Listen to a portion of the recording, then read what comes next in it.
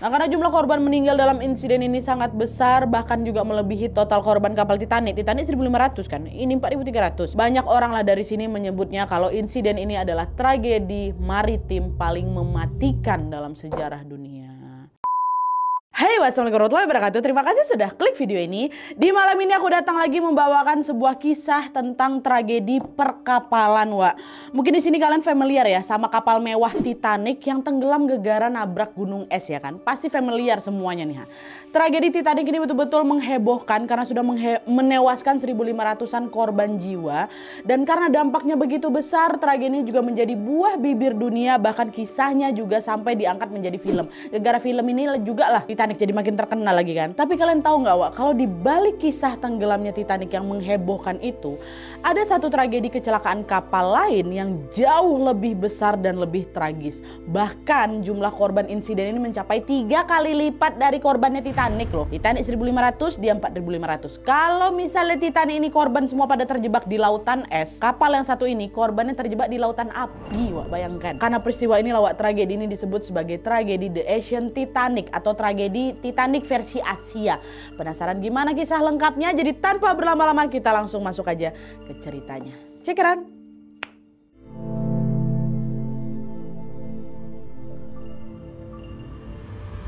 Oke, Wak, jadi nih Filipina ini adalah negara maritim yang wilayah lautnya jauh lebih besar daripada wilayah daratannya. Dan selain itu Filipina ini juga tercatat punya lebih dari 7.000 pulau yang membentang di sepanjang garis pantainya. Nah, dengan kondisi geografis itu, salah satu alat transportasi yang paling umum dipakai masyarakat di sana adalah kapal penumpang atau juga kapal feri ya.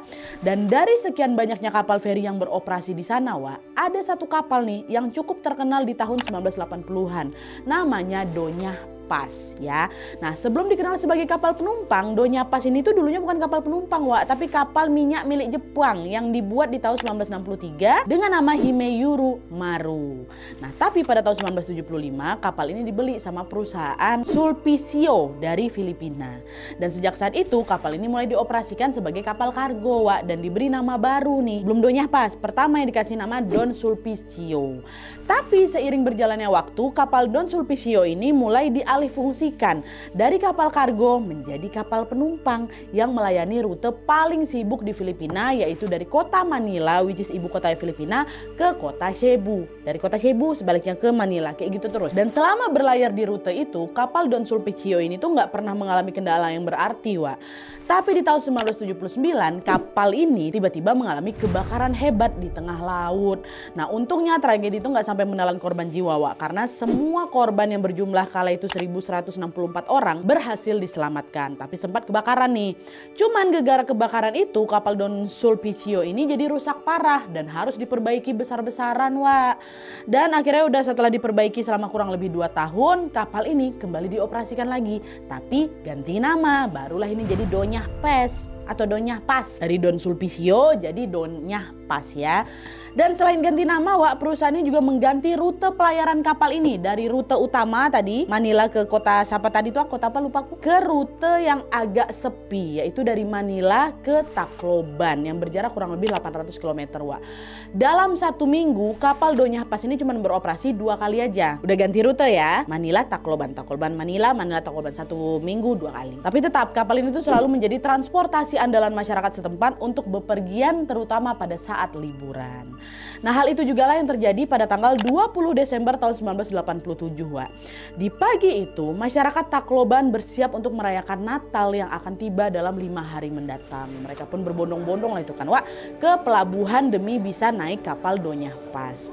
Nah, sebagian penumpang ini adalah anak-anak kecil yang memang diajak sama orang tuanya untuk liburan Natal. Dan sebagian lagi juga ada orang dewasa yang mau kumpul sama keluarganya yang ada di Manila, yang ada di Tacloban. Ini kan semua pengen balik kampung atau pengen liburan ke Manila kan. Nah, saking banyaknya penumpang yang pengen naik kapal itu, Wak, tiket kapal Doña Paz ini langsung ludes dalam hitungan menit. Tapi walaupun tiket itu habis, orang-orang masih terus berdatangan, Wak, dan masih mencoba mencari cara supaya bisa masuk dan berangkat. Sebagian orang rela beli tiket palsu dari calo. Ada juga sebagian lainnya nekat naik ke kapal tanpa bawa tiket sama sekali, Wak. Naik aja gitu. Dan karena di masa itu belum ada sistem pengecekan yang lumayan ketat nih, para penumpang gelap ini pun bisa langsung dengan leluasa lolos masuk ke dalam kapal. Masalahnya penumpang gelap yang naik ke kapal itu jumlahnya bukan cuma 10-20 orang, Wak. Bukan, ribuan orang penumpang gelap tuh. Alhasil dalam waktu singkat kapal ini pun langsung dipenuhi sama lautan manusia. Iyalah rame kali pasti, ribuan orang yang masuk. Sementara itu meskipun kapal ini udah kelebihan muatan nih, Wak ya, Kapten kapal Doña Paz kala itu yang bernama Eusebio Nazareno tetap nekat memberangkatkan kapal ini di jam 6.30 pagi dari Tacloban menuju ke Manila. Waktu tempuh kapal ini kurang lebih hampir seharian, Wak, hampir 24 jam. Dan kapal itu diperkirakan baru sampai di Manila sekitar jam 4 pagi besok harinya, berangkat jam setengah 7 pagi gitu ya. Dah, berlayarlah ini mereka ke sana. Setelah menempuh beberapa jam perjalanan, Wak, kapal Doña Paz ini sempat berhenti di kota Catbalogan namanya, yang dekat sama Pulau Mindanao. Nah, pas lagi berhenti di kota ini ya, jumlah penumpang yang naik ke kapal tanpa tiket, penumpang-penumpang gelap ini makin banyak lagi yang naik di situ. Nah, kan memang udah nggak ada seat yang tersisa, penumpang berikutnya ini pasti harus berdesak-desakan lah di lantai, di lorong, dan juga di roof deck atau geladak atas yang notabene tempat untuk melihat pemandangan gitu, bukan tempat penumpang. Hari itu setidaknya ada 4.386 penumpang yang naik ke kapalnya Doña Paz, Wak. Jumlah itu jelas melampaui batas karena kapasitas maksimum kapal Doña Paz ini cuma berapa? 1.518 penumpang. Dari 1.500 jadi 4.300, hampir 3 kali lipat kan yang masuk tuh. Masuk semuanya. Dan tentunya identitas para penumpang gelap ini juga nggak bisa dicatat dalam manifest, Wak. Orang kan mereka nggak beli tiket kok, nggak terdata lah sama kapal. Tapi bagi mereka hal ini bukan masalah besar karena yang ada di pikiran penumpang-penumpang gelap ini pada saat itu cuma satu, sampai ke Manila, sampai ke tujuan terakhir. Makanya mereka pun nggak peduli, Wak, meskipun harus desak-desakan ataupun yang nggak tercatat di database. Nggak apa-apa ya, aku tahu kok aku gelap, yang penting aku nyampe di Manila kayak gitu. Sementara itu para penumpang yang punya tiket nih, yang naik lewat jalur legal mulai khawatir, aduh kok makin rame nih, makin rame. Aman nggak ya kapal ini? Penumpang udah overload ini. Cuma di sisi lain mereka juga nggak bisa berbuat banyak karena mereka tahu para penumpang-penumpang gelap ini juga pengen kumpul bareng keluarga masing-masing kok di Natal nanti gitu. Alhasil di situ pun mereka cuma bisa berbesar hati, ya udahlah nggak apa-apa lah sempit-sempitan. Toh nanti kita juga bakal happy kok ketemu sama keluarga gitu. Mungkin ini juga momen mudiknya mungkin ya kayak gitu. Siapa sangka, Wak, perjalanan yang seharusnya menyenangkan itu justru berubah menjadi kejadian naas yang sampai disebut sebagai tragedi paling mematikan dalam sejarah maritim dunia. Apa yang terjadi selanjutnya masuk.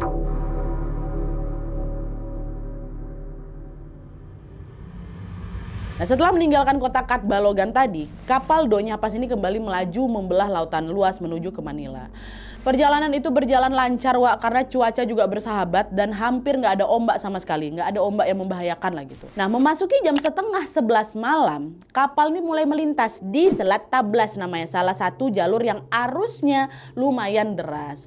Tapi karena perjalanan ini berlangsung ya lancar-lancar aja dari awal kan, dan waktu itu juga udah mulai malam, sebagian besar penumpang memilih untuk beristirahat, untuk tidur, dan ada juga sebagian penumpang lain yang belum ngantuk nih, milihlah nyari angin di area geladak ya kan. Dan salah satu penumpang yang lagi mau nyari angin, yang lagi belum mau tidur ini adalah seorang tentara, Wak, namanya Niedo.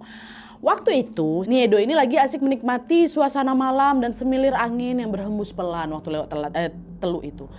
Tapi nggak lama kemudian Niedo ini samar-samar ngelihat ada cahaya lampu yang berkedip dari kejauhan, Wak, di depan kapalnya.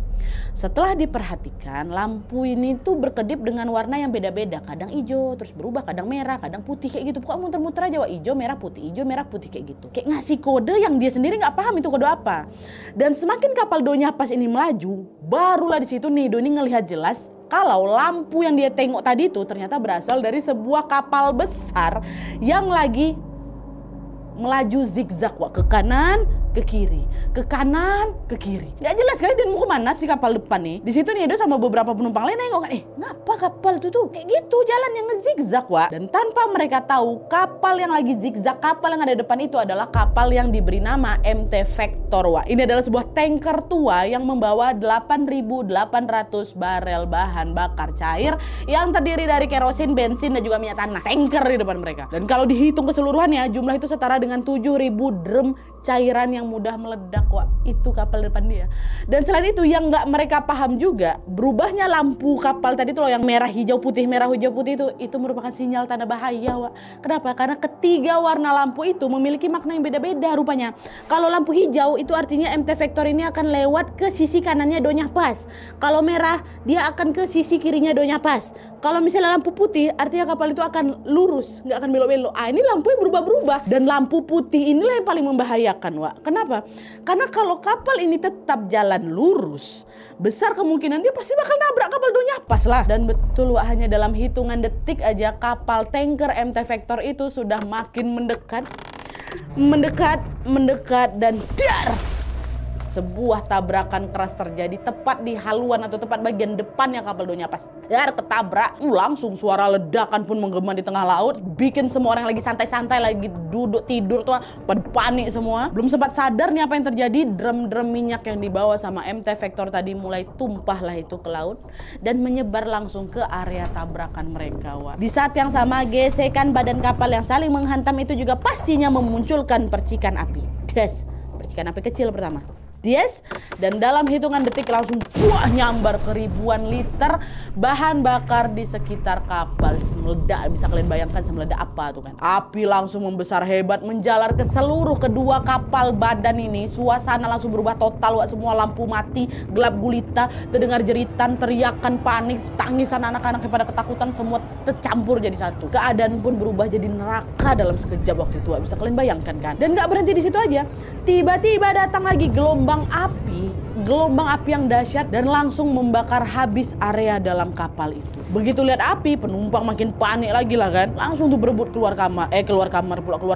Tapi karena tadi jumlah penumpang kan terlalu banyak, 4.300-an kan. Mereka kegencet lah tuh satu sama lain sampai nggak bisa keluar. Nah, sadar nggak bisa menembus padatnya kerumunan di sana, sebagian penumpang pun langsung putar balik, nyarilah pintu keluar lain. Tapi upaya itu juga sia-sia karena sebagian pintu dikunci. Yo nggak sempat, Wak, karena memang kan jamnya tidur ya kan. Kejadian cepat, belum sempat buka-buka pintu tuh lagi. Dan pas mereka lagi panik nyari jalan keluar ini, api makin menjalar, Wak, makin menjalar dan akhirnya membakar mereka hidup-hidup tanpa sempat melarikan diri. Mati semua tuh, panggang terkunci di situ kok. Sementara untuk penumpang yang berhasil lolos langsung tuh berhamburan keluar kan demi bisa menyelamatkan diri mereka masing-masing. Tapi begitu berhasil nyampe di luar kapal nih, Wak, ya, di luar ruangan maksudnya, mereka malah dihadapkan dengan masalah baru lagi. Bukan yang ngerasa lega tinggal terjun aja ke laut ya kan, bukan. Mereka justru kembali panik karena api ini juga udah ngebakar air laut di sekeliling mereka, Wak. Jadi air laut itu tuh ikut menyala, ikut merah menyala tuh loh. Kan tumpahan bensin, minyak. Dan parahnya lagi kebakaran di sana jadi makin menggila karena angin. Tadi ku bilang kan angin malam kan, Wak. Kejadiannya malam, angin malam mulai berembus sekencang mungkin seolah-olah lagi makin dikipasi api itu supaya terus berkobar. Kalian bayangin, Wak, 7.000 drum minyak kena api ditambah angin kencang. Pasti kebakar nggak main-main kan, makin dikipas sama angin tuh. Pemandangan mengerikan itu tentunya membuat penumpang langsung hilang arah. Di dalam mereka bisa mati kepanggang, keluar pun mereka juga takut kebakar. Sekeliling mereka lautnya jadi api. Sebagian dari penumpang juga buru-buru nyari pelampung nih untuk nyebur ke laut ya kan. Siapa tahu nanti ada celah nih, laut yang nggak ada apinya gitu. Waktu dicek mau ambil pelampung, Wak, semua pelampung di sana disimpan di bawah dek dan deknya dalam posisi terkunci. Makin panik lagi lah orang itu ya kan. Macam mana, Wak? Akhirnya karena ngerasa nggak ada waktu lagi, sebagian orang pun nekat terjun ke laut yang lagi merah menyala itu. Wah, terjun mereka. Waktu mereka nyentuh permukaan laut, air laut itu rupanya mendidih, Wak. Bagian atasnya itu kan berapi kan. Langsunglah terbakar kulit mereka.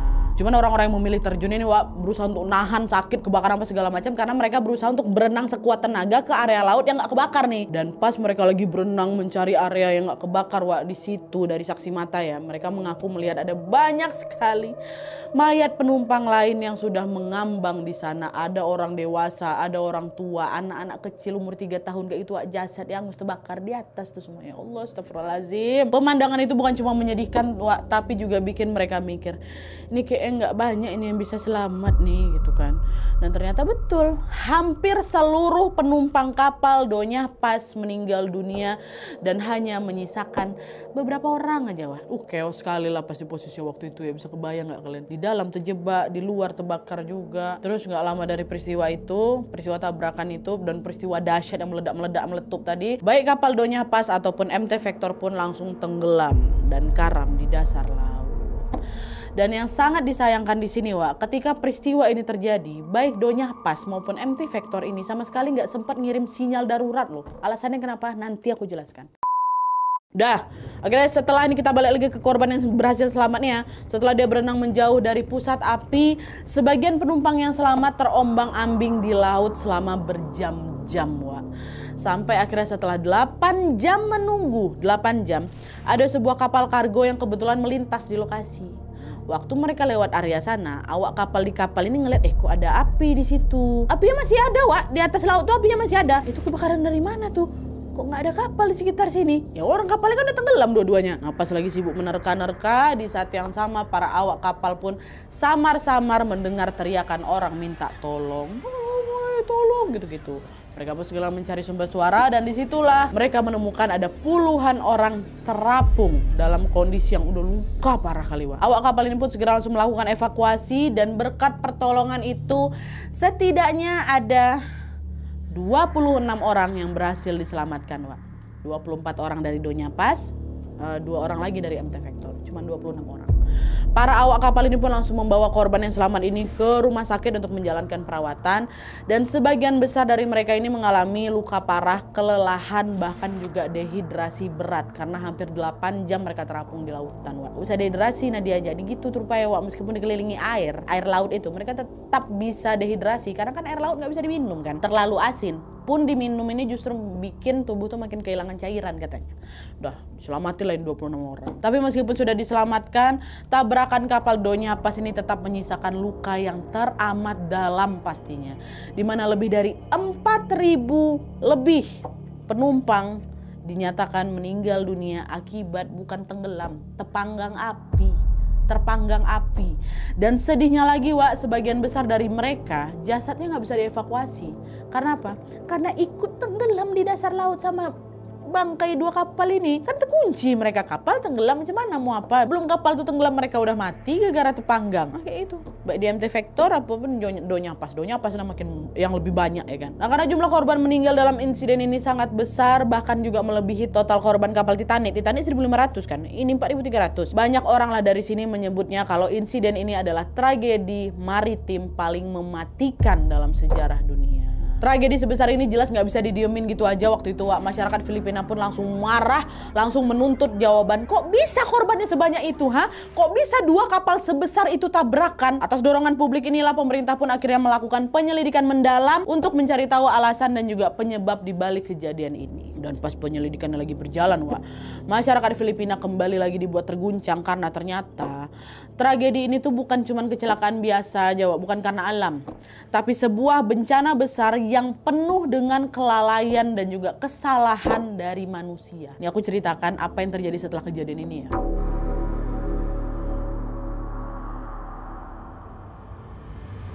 Nah jadinya di tengah proses penyelidikan pemerintah soal penyebab kecelakaan yang terjadi, masyarakat sekitar lokasi kejadian justru dikejutkan dengan penemuan mengerikan Wak. Ini belum mulai penyelidikannya nih. Setelah kejadian itu beberapa hari kemudian, paling 2-3 harinya, di pagi itu ratusan jasad ditemukan terdampar di pesisir pantai. Ratusan, dan mirisnya lagi kondisi jasad-jasad itu juga udah mengenaskan kali Wak. Banyak tubuhnya membengkak, luka parah, nggak komplit anggota tubuhnya, dan kebanyakan diantara mereka hangus terbakar.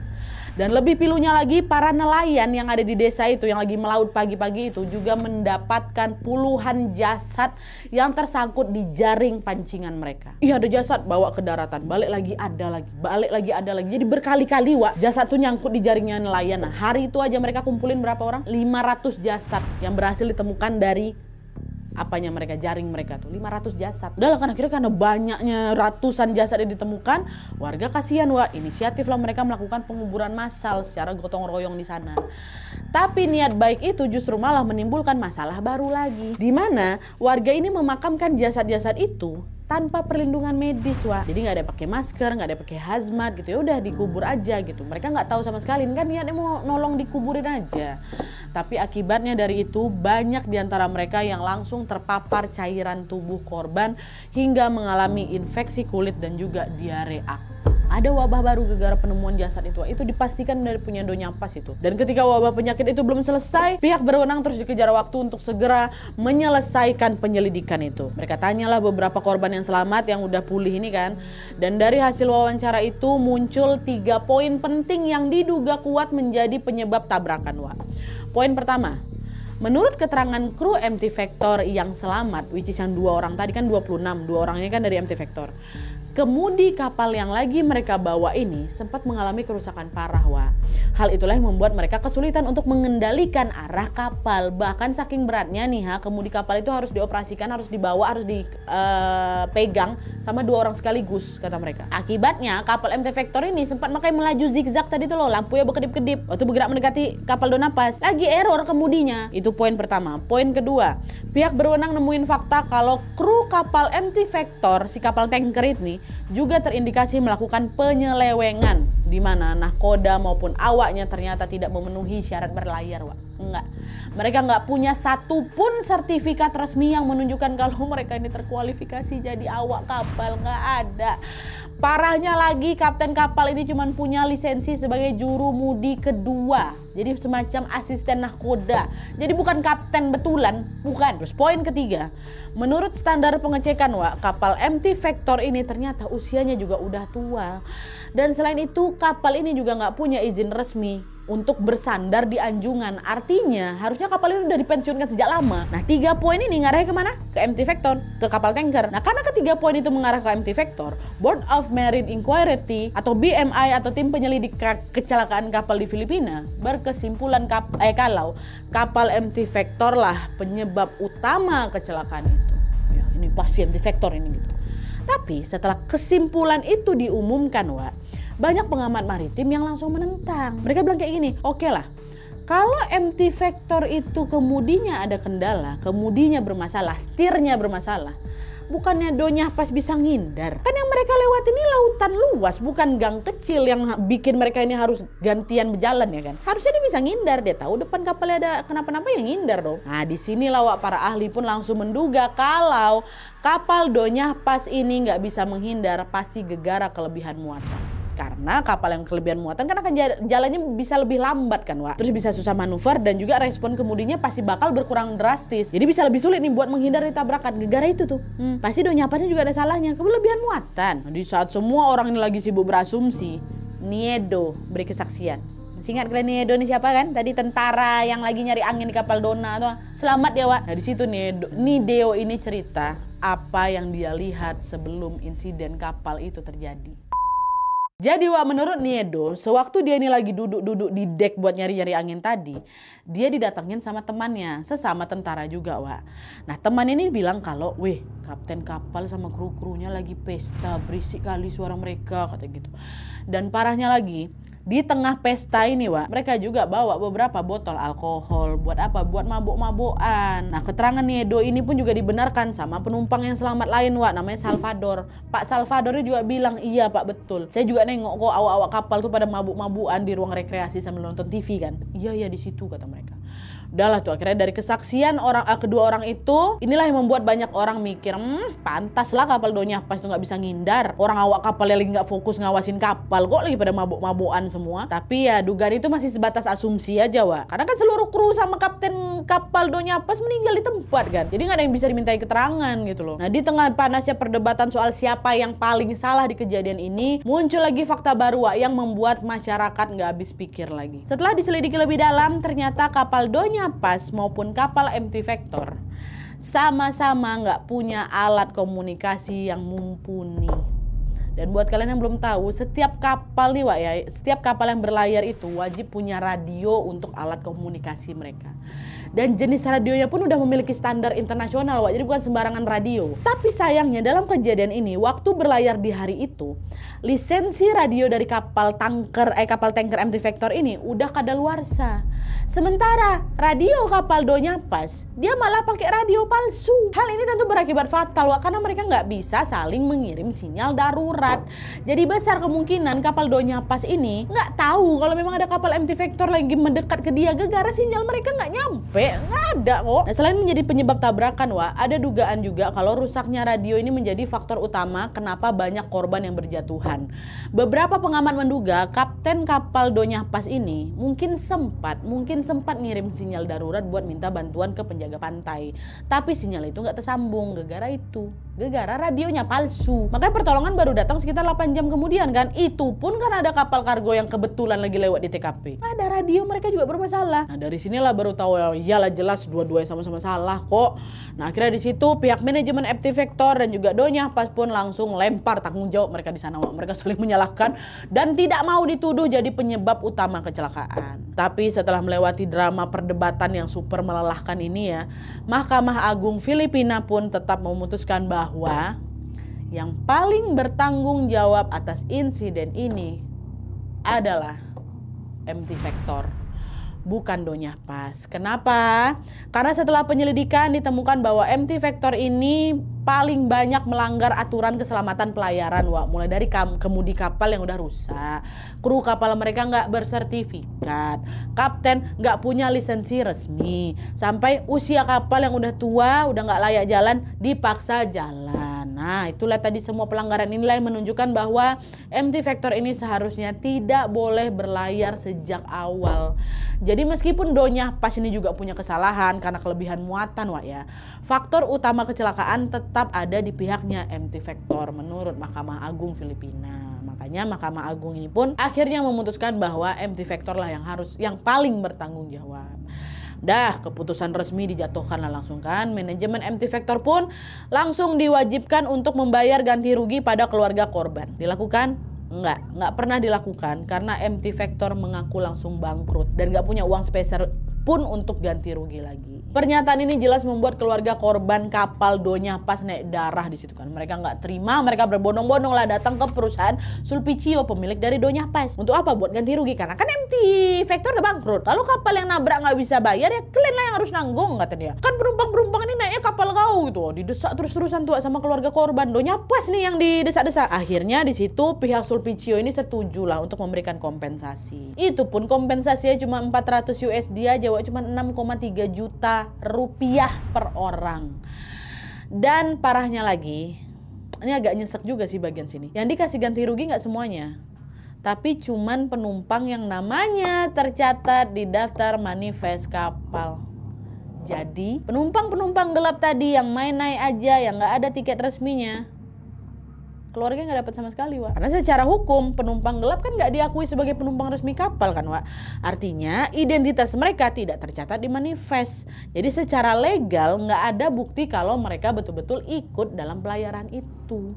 Karena itulah pihak keluarga pun ya iya juga sih gitu loh. Mereka nggak punya dasar hukum yang kuat untuk nuntut ganti rugi. Mana buktinya, mana tiketnya, nggak kecatat kok nama keluarga kalian di sini kayak gitulah misalnya. Enggak. Pun mereka nekat menggugat lagi, bakal sulit tuh untuk ngebuktiin keterlibatan korban dalam insiden itu karena nggak ada tiket, nggak ada boarding pass, nggak ada data resmi yang bisa dijadikan bukti di pengadilan ya kan. Nah itulah susahnya kalau misalnya beli yang gelap-gelap tua. Dan akhirnya setelah semua ganti rugi itu selesai dilakukan, perusahaan Sulpicio pun balik beroperasi lagi loh Wak kayak biasanya. Iya, mereka nggak bangkrut, mereka beroperasi seperti biasanya.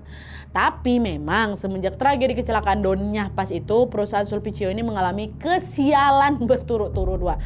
Setahun kemudian di tahun 1998, sister shipnya Donya Paz namanya Donya Marilyn tenggelam juga di laut, newasin 300 penumpang. Lalu di bulan Oktobernya, masih di tahun yang sama nih Wak ya, kapal lain milik Sulpicio juga mengalami kecelakaan, newasin 200 penumpang juga. Berlanjut lagi di 2008, kapal Princess of the Stars yang juga dikelola sama Sulpicio tenggelam dan merenggut lebih dari 800 nyawa. 300, 200, 800. 1.300 orang juga yang kemudian meninggal lagi gara-gara naik kapal mereka.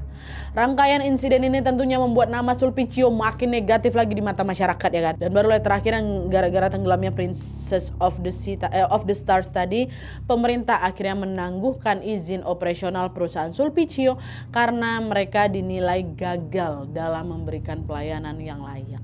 Ngapain dari pertama itu ya diberhentiin ya? Oke lah, katakanlah dari Donya pas mereka udah tobat, itu Donya Marilyn 200 orang, bisa ada 300 orang nggak diberhentikan tuh. Baru nunggu 2008 setelah 800 orang ini baru diberhentikan. Ngapa ya? Udah lah, itu kan tadi sempat ditangguhkan tuh. Tapi juga nggak lama kemudian dikasih izin lagi untuk beroperasi. Cuman untuk kapal kargo aja mereka udah nggak boleh lagi ngangkut penumpang. Gara-gara izinnya langsung dicabut. Permanen. Jadi Sulpicio ini masih boleh tapi jadi kapal kargo gitu. Meskipun tragedi ini sudah berlalu, bagi keluarga korban mereka tuh nggak pernah betul-betul sembuh. Wah iyalah kan pasti, karena yang tenggelam hari itu tuh bukan cuma badan kapal aja, tapi juga ribuan nyawa yang hilang karena kelalaian manusia. Dan yang lebih menyedihkan lagi, sampai sekarang pun nggak ada satupun monumen peringatan yang dibangun. Keluarga korban ini bahkan nggak punya tempat untuk mengenang ataupun untuk sekedar berziarah aja lah, nggak ada. Dan sampai hari ini nama-nama mereka masih tenggelam tanpa betul-betul benar dikenang. Nggak ada monumen, nggak ada kayak gitu. Oke jadi itu tadi kisah tragis insiden dari kapal Donya Paz Filipina. Kejadian ini menjadi salah satu pengingat betapa pentingnya mengecek sisi keamanan setiap jenis kendaraan, terutama juga kapal. Karena kalau ada satu aja kompartemen atau unit yang rusak bisa jadi masalah besar seperti insiden kapal Donya Paz ini terjadi. Kalau aja waktu itu radionya masih bisa berfungsi, bisa jadi bantuan bisa datang lebih cepat kan dan mungkin juga korban yang meninggal nggak akan sebanyak itu. Dan selain juga menewaskan banyak orang, insiden ini tuh juga menimbulkan luka berkepanjangan bagi para mereka yang berhasil selamat. Dalam suatu wawancara beberapa survivor pernah bilang kalau mereka jadi trauma kali naik kapal dan gak akan pernah lagi mau naik kapal seumur hidup mereka. Ya kebayang sih gimana dalamnya luka mereka waktu nengok penumpang-penumpang lain meninggal dengan cara tragis itu. Nengok kejadiannya, nengok trauma banget, pastilah kan, pasti mereka trauma kali. Semoga kejadian ini juga menjadi pembelajaran bagi banyak sekali pihak dan semoga insiden kecelakaan karena human error kayak gini gak terjadi lagi ke depannya. Dan perlu diingat juga nih jangan pernah jadi penumpang gelap. Selain bahaya untuk keselamatan diri sendiri hal ini juga bikin kita tidak punya perlindungan hukum kalau amit-amit terjadi hal-hal di luar dugaan. Naiklah secara resmi supaya keselamatan dan hak-hak kita sebagai penumpang tetap bisa dijamin. Karena keselamatan itu adalah hak semua orang tapi juga harus diiringi dengan tanggung jawab juga ya. Oke, jadi ya gitulah tadi ceritanya. Gimana menurut kalian? Tulis semua pendapat kalian soal kisah ini di kolom komentar di bawah. Kalau misalnya ada informasi yang keliru atau kurang, kalian boleh tambahi dan perbaiki aja di kolom komentar di bawah ya. Oke, jadi sekian dulu videonya. Terima kasih banyak yang sudah menonton. Kalau kalian suka video ini, klik like-nya. Jangan lupa komen di bawah tidak ada dan saran-saran untuk video selanjutnya. Jangan lupa nyalain notifikasi ya supaya kalian tahu kalau upload video baru. And as always, jangan lupa untuk klik tombol subscribe supaya kalian sama-sama tahu informasi menarik dan menegangkan dari channel aku. See you next video, bye.